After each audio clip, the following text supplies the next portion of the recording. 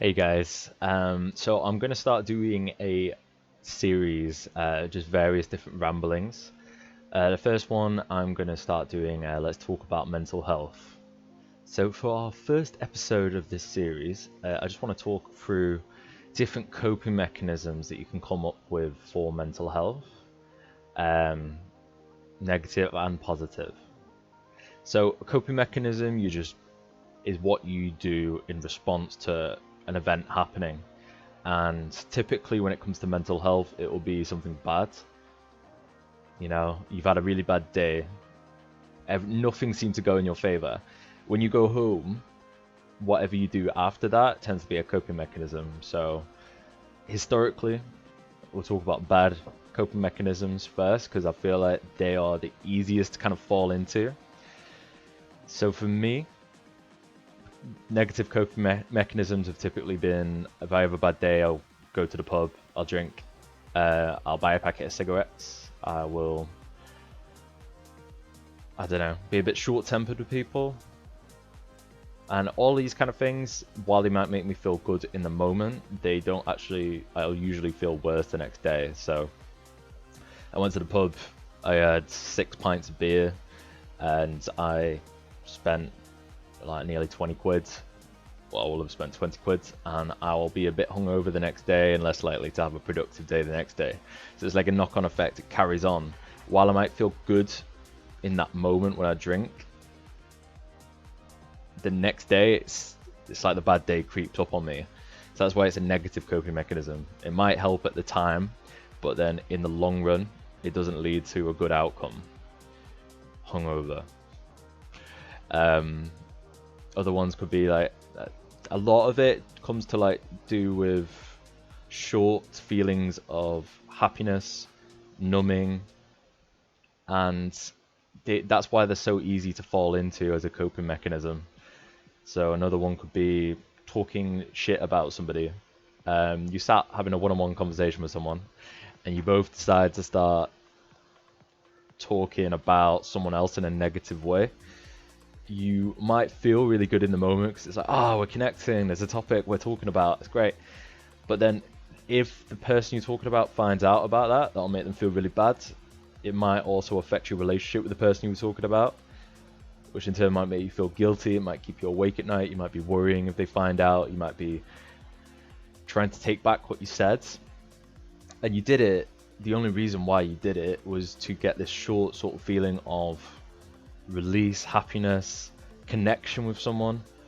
But in the long run, the outcome was negative. So we'll shift over to positive coping mechanisms. And these are things like you've had a bad day, right? What am I going to do that's going to cheer me up? Well, for me, going to the gym is always, I never leave the gym in a worse mood than I did coming into it. And it's scientifically proven that your serotonin, your dopamine levels shoot up. You get feel good endorphins. I don't look any different when I've finished the gym, but no matter how many times I tell myself this, I will look at myself in the mirror after the gym and I feel like a completely different person. I've suddenly developed this sort of feeling of self-love towards myself, whereas before I might have thought, oh, I look fat, I look ugly, nothing I wear today fits my body, everything I wear just looks stupid. And then suddenly I finish the gym and I'm just on top of the world. I feel like I've got more energy to talk to people. I've not got walk around with this big cloud over my head, and I feel like I can pull anything off. So that's a positive coping mechanism because it's something you've done that's broken you out of the negative state. Yes, you've had a bad day, but you've gone and done something that makes you feel really good after, and that will lead to a chain sort of reaction. You've got more energy. You're making yourself look better as a consequence, as like a result, and that helps. And like, there's so many different things you can do, like learn new recipes, healthy or unhealthy, just whatever, you know.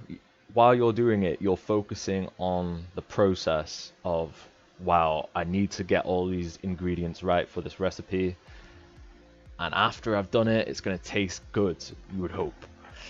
And as a result, you've learned a new skill. You can share it with your friends. You invite your friend over. Oh, I've just learned how to make my own pizza. Do you want to try it, man? They enjoy it. They feel good. You feel good because someone close to you's enjoyed it. So, and you know, in the process, you've done something that completely takes your mind off of whatever bad occurrence has happened to you, and you've created something good out of it. Now, what I would sort of take from this ramble is probably sit down and ask yourself, if something bad happens, what are the top sort of 3 things that you historically kind of do as habitual responses to that? I did this for myself recently and found that usually it will be, right, bad day, gonna go get some beers. And knowing this, I decided to take a month off drinking alcohol, so I'm doing a sober November at the moment just to counteract that sort of coping mechanism.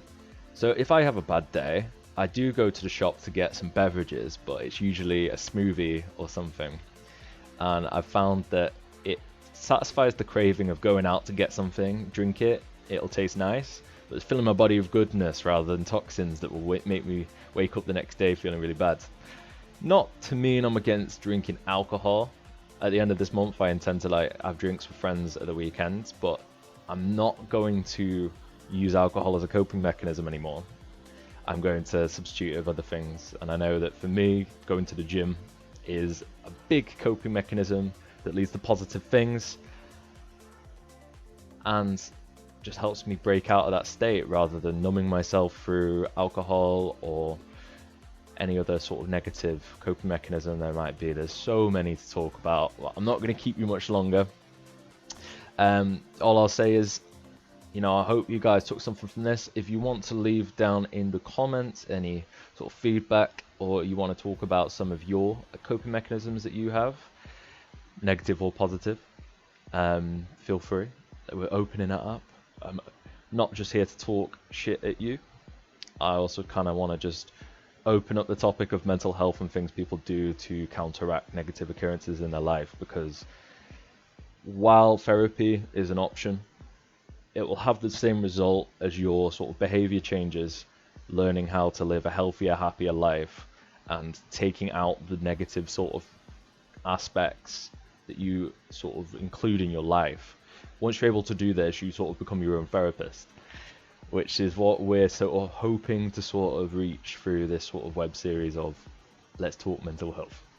So I hope you enjoy the rest of your day. I hope you are all very happy. I hope you're doing well. I hope you're surviving lockdown. And I'll catch you in the next one. Peace.